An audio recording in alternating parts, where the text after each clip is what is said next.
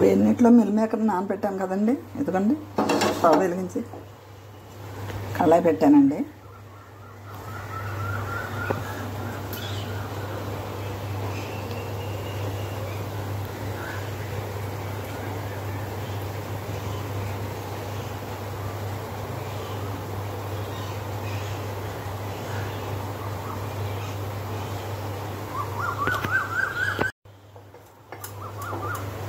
ఇదిగోనండి కళాయి వేడెక్కింది కదా, ఆయిల్ వేస్తున్నానండి.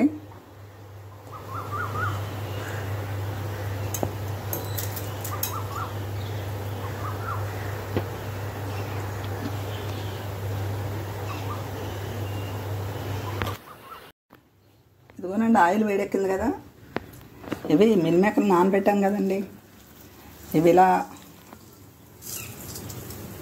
పిండేసి నూనెలో వేసేస్తున్నానండి.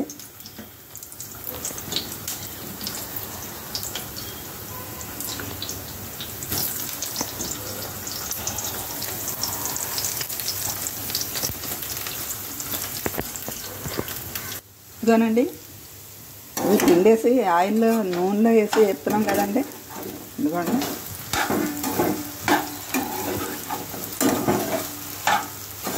వేగుతున్నాయి కదండి. దోరగా వేగిన తర్వాత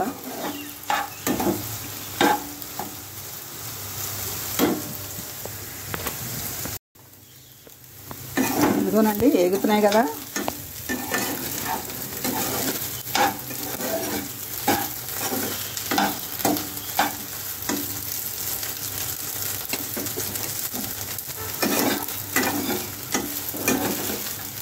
వేగిపోయి కదండి, దీన్ని ప్లేట్లోకి తీసేస్తున్నానండి.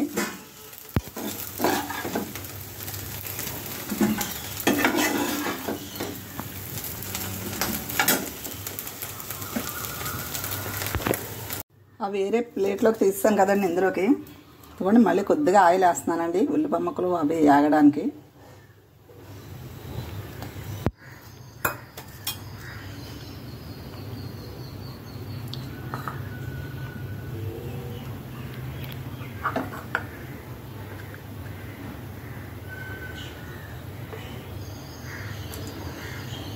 ఇదిగోనండి ఈ కప్పుతో కప్పుడు ఉల్లిపాయ ముక్కలు వేస్తున్నానండి.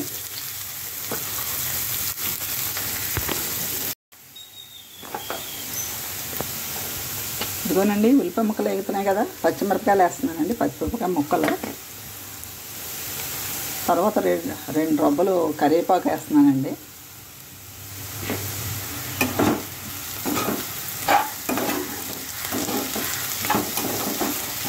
వేగుతుంది కదండి, ఇదిగోనండి ఉల్లిపాయ ముక్కలు పచ్చిమిరపకాయ ముక్కలు అవి వేగిపోయాయి కదండి. ఒక స్పూన్ అల్లం వేసానండి, అల్లం పేస్ట్, ఒక స్పూన్ అల్లం పేస్ట్ వేసానండి.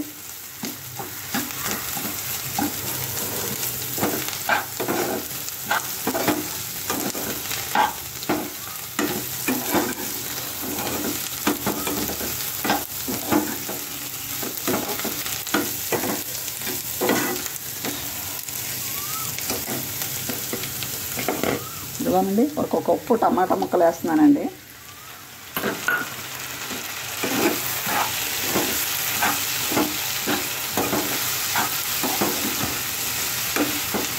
ఎందుకంటే కావాల్సింది ఇప్పుడు మిల్ మేకర్కి కావాల్సింది ఉల్లిపాయ ముక్కలు టమాటా కదండి, అది ఎక్కువ వేస్తేనే గ్రేవీ ఎక్కువ అవుతుంది, కలుపుకోవడానికి అవుతుంది. అందుకనేసి టమాటాలు ఉల్లిపాయలు ఎక్కువ వేస్తానండి. తర్వాత ఒక స్పూన్ జీలకర్ర పొడి ధనియాల పొడి వేసానండి.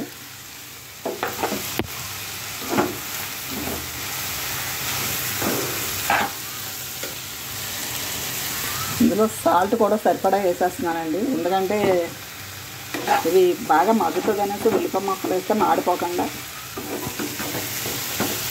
అంటుకోకుండా వేగుతుంది అనేసి సాల్ట్ వేస్తానండి.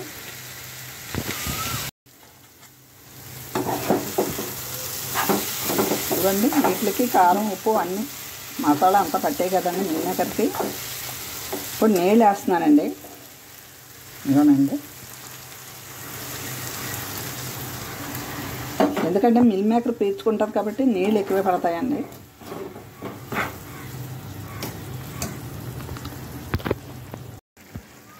ఇదిగోండి కూర ఉడుకుతుందండి.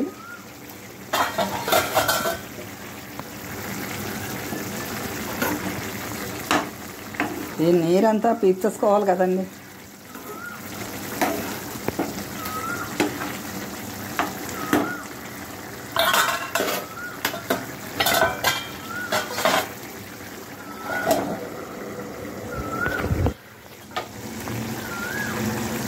ఇదిగోండి కూర అయిపోయిందండి, తయారైపోయింది. మిల్ మేకర్ కూర బాగుంటుందండి, మీరు కూడా ట్రై చేయండి. నేను ఇందులో 4 పెద్ద ఉల్లిపాయలు కోసానండి, 4 టమాటాలు కోసాను, ఒక 8 పచ్చిమిరపకాయలు కోసాను, కొద్దిగా కరివేపాకు రబ్బ అన్నీ వేసి చేశానండి. మీరు కూడా ట్రై చేయండి. మీకు నచ్చితే ఒక లైక్ కొట్టండి, సబ్స్క్రిప్షన్ చేసుకోండి.